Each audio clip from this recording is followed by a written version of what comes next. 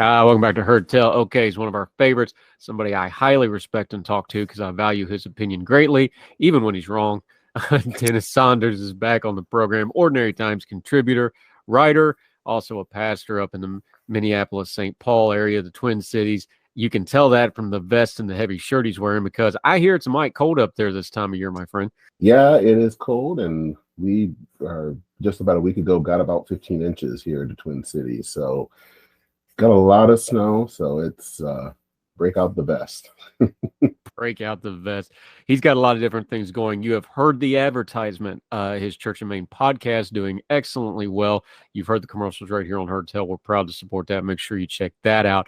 But you've also been doing some political writing, my friend. This is not a new theme for you in the couple of years I've known you. The GOP. Here's why I wanted to address this, because you've been talking for a while about institutionally what the Republican Party isn't, what it's changed into, what it isn't. Here's where I bring this up. I think the speaker fight that we just watched, that, what's one of our core values here?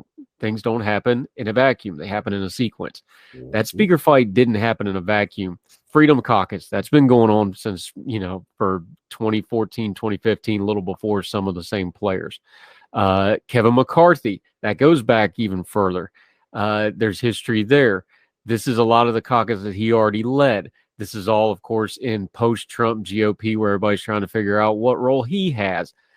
This is a party, when you talk about, and I'm going to link to some of your writing both in Medium and other places about this, when you're talking about institutionally what the Republican Party is, do we know? Well, I think what it is that it's not an institution, or at least it's not anymore. And I would argue it probably hasn't been for about a decade or so. It is, an institution, especially a political party, is a party that is a group of people that can kind of have some type of boundaries and rules and do things like raising money or trying to kind of work out between people who disagree. And the Republican Party doesn't do any of that. And so what we saw with, 15 rounds to get Kevin McCarthy as speaker is that you don't really have a political party or you don't really have an institution. And in some ways, not even a political party. What you have are a lot of different people and lots of different personalities. And when you kind of have that, basically what you have is mob rule. You don't really have any type of order at all. Yeah, Dennis Saunders joining us. Let's go through some of this history because you and I are of the age that in our adult lifetimes we've watched. Let's go from Gingrich because that's when this thing kind of started really changing. Of course, the contract with America, the GOP gets its first House majority leader in a generation. Big doings, right? Well, I remember this because this was, right when I started voting for the first time. We went through Livingston. We went through Gingrich. They both had to resign for untoward things. We'll leave it at that. You kids can go Google those things in your own time. But luckily, the Republican Party was saved by Dennis Hassert. Oh, yeah. Who then, did prison time for abusing children. Then we get to 2015. They depose Bonner with a motion to vacate the chair. That's why that was such a big deal. And Kevin McCarthy really, really wanted it, but he got kneecapped by a couple people, Walter Jones, rest in peace, and some other, with a anonymous letter with some allegations. Again, I'm not going to go into it. Y'all go Google it, read your own history. So McCarthy didn't get the brass ring there. They went and offered the store to somebody from up your neck of the woods to come in and save the day. This isn't something that just keeps happening. This is a pattern. The House leaders in the GOP cannot keep control of this caucus. That's more than one factor. It's not just the Freedom Caucus. It's not just Trump. This has been going on for, years now. Why? Yes. I think because little by little, both parties, little by little, have put more and more power in things like primaries. That basically get the most kind of reactionary or radical people to vote. And of course, they're going to vote in the most reactionary or radical people. But it's happening asymmetrically because I think the Democrats at least have some sense of control over their people. You know, a lot has been said about the squad, and being from the Twin Cities, I am represented by one of the squad. And they have caused a lot of headache, but I think especially Pelosi was able to put some constraints on them, and they weren't able to wreak as much havoc as could have been expected. But I think there has been a lot more institutional rot in the GOP, less of a there has been basically no controls anymore. So when you have someone like a Kevin McCarthy, he basically ends up powerless. He has to give as many concessions as possible in order to get people to vote for him, or even just to vote present. And so in the end, he does not have any sense of power. But that has been something that has been going on for years because the institution in many ways has been just whittled away. There isn't anything anymore that keeps people in line. Now, in the Senate, there is still some of that. Mitch McConnell still has some control over his people. And you can see that things get done in the Senate among his caucus that I'm pretty sure is not going to happen with McCarthy. And we can't even really say how long McCarthy is going to remain in power because he could easily be deposed a month from now or even a week from now.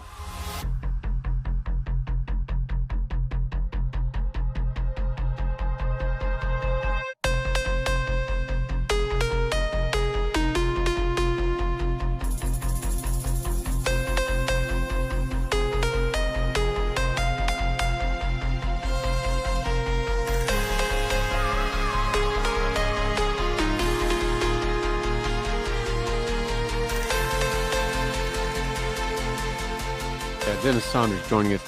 This is part of institutional political party too, though. The rules package. I know people don't want to talk about it. The motion to vacate the chair has been something that's been talked to. We just talked about it. This is how John Boehner was doing things, and people didn't like how John Boehner was doing things. So this is how they got rid of him. This is part of the institutional stuff, and this is why I understand the argument people are making about is, well, they're hashing this out. Well, here's a couple problems with that argument. Kevin McCarthy was the minority leader of mostly this same group of people, with a couple of exceptions of who just came in with this election, but ideologically those aren't very different. He even made a joke about it to Hakeem Jeffries, and everybody laughed. He said, look, I had 100% of this caucus 2 years ago. See what happened. Well, yeah, we saw what happened. You're the same guy with the same people. You didn't really have control of them. You didn't really have leadership of them. Forget the politics. I'm just talking basic leadership. This is the same group of people. It wasn't just that. He's had years to work on this. He's been working on this for years, and he couldn't get it done with this group of people. That's part of what we're talking about, the levers of power, actually welding power. You mentioned it with the folks on the left in the Democratic Party.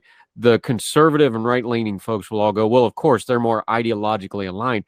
I'm not sure that's really true. I think they just have a better handle on things. And yes, there's some more ideological alignment, but part of that's because y'all haven't kept your folks in line and you don't have the leadership to keep them in line. Is that a fair way to put it? Yeah, I would actually go and say there probably are people that want to keep people in line, but I don't think that they have necessarily the power or the structure to do so anymore. One of the things that has always bothered me when people are commenting about Republicans, especially Republicans in the House, when it comes, especially during the Trump years, is that, well, why didn't they stand up to Trump? Well, the fact is, there were a lot of representatives that did stand up to Trump. Mark Sanford did. So did Peter Meyer. So did Jamie Herrera Butler. Of course, all of those people are no longer in Congress.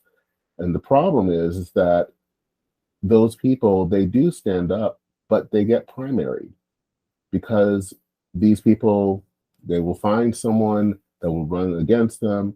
And because, of course, there is no structure, there's nothing there to protect those members in a way that, let's say, if a Democrat were somewhat critical, would be somewhat protected from their leadership.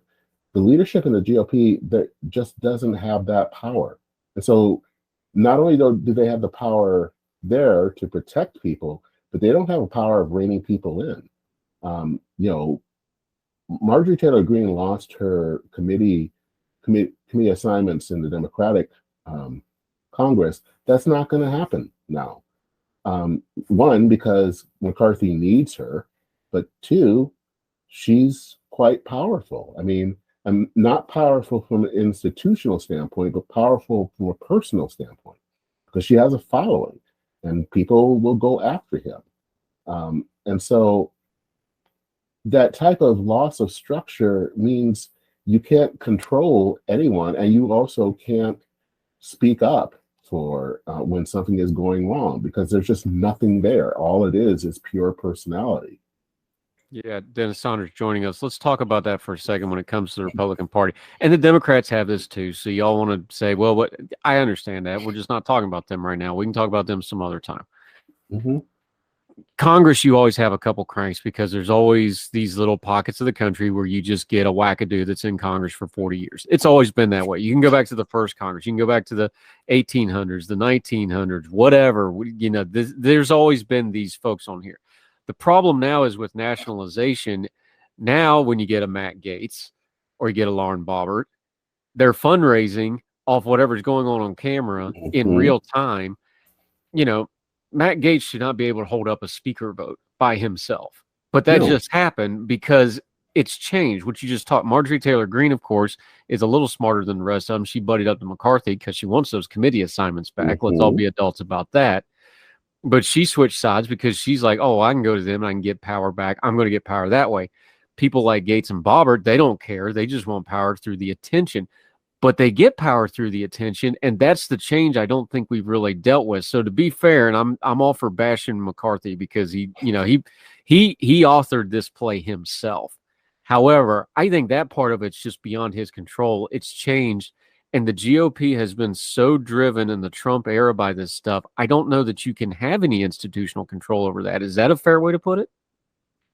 Yeah, I don't think you can have any institutional control right now. And I don't even know if you are ever going to have institutional control. One of the things I think that kind of going back to Donald Trump is that I think Trump is not a smart person, but he is a cagey person. He has that kind of animal instinct. And one of the things I think he sensed early on was that the GOP didn't really have a structure and that he could just come in and take it over. And that is exactly what he did. And also now you have a whole bunch of kind of little Trumps that are coming in doing the same thing. They know that there is no structure. They know that they won't be punished for acting like a jackass on national television because they will probably be rewarded. So as long as there's not anything there, they can do what they want. And the thing about institutions, I think they are pretty easy to knock down. And I think this is within the GOP has been the structure has been knocked down over years, but it takes a heck of a long time to rebuild institutional structure. And so I don't see us rebuilding a structure within the GOP within the next 5 years or so. I mean, you can start, but it's going to take a long time. And in the meantime, you're going to have people like Lauren Boebert and Matt Gaetz just kind of taking a wrecking ball to the American political system. Yeah, Dennis Saunders joined it. Look, the easy thing to go is just sit back and go, not my circus, not my monkeys. I'm not cleaning this mess up. Look, you can chisel unaffiliated voter on my voter card. It's not changing anytime soon. It's been that way for a while. Mm-hmm. So it would be easy for me to just say that. However, it is unhealthy for the country for the GOP to be in this state, regardless of what your political persuasion is. I don't think they have a bit of appetite for any kind of institutional control. To be fair, I don't think they could do it if they wanted to with the current leadership, even if they had an appetite to do it. It's going to take some outside leader, not outside as in not Republican, but outside of not this current group, to come in, take control of the whole thing, and redo it. This is always going to be personality based from now on, or at least in the near future. So if you got a strong leader, you'll have a strong party. When you don't have a strong leader, you won't have a strong party. That looks like a cycle that's going to continue for a while. Yes. Yeah. I mean, I think it's going to take at least 10 or 15 years to get in a new crop of people that are going to be able to build something. Again, because it just takes a long time to rebuild all of these things. You have to, one, I don't know if we even have the institutional memory. And then two, you have to kind of grow new leaders that can actually kind of come up with different ways, and also have something that can kind of depose the current system, if you can call it a system. But yeah, I think we're just going to have to kind of deal with the political system as it is right now, which is a mess. And it's going to be a mess,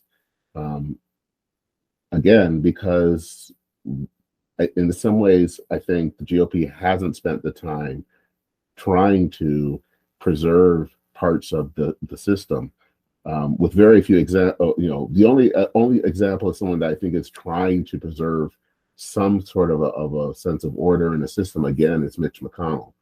But other than that, there is nothing left, and you're just going to have to rebuild. And rebuilding anything takes time. And in the meantime, it's just going to be sheer hell.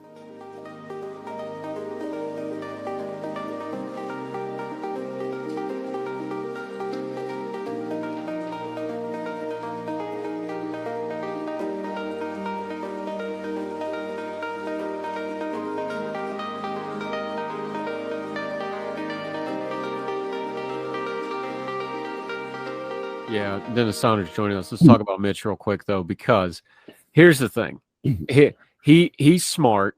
He knows what's going on, and despite what some folks on the MAGA right are telling you, he's pretty effective in what he does.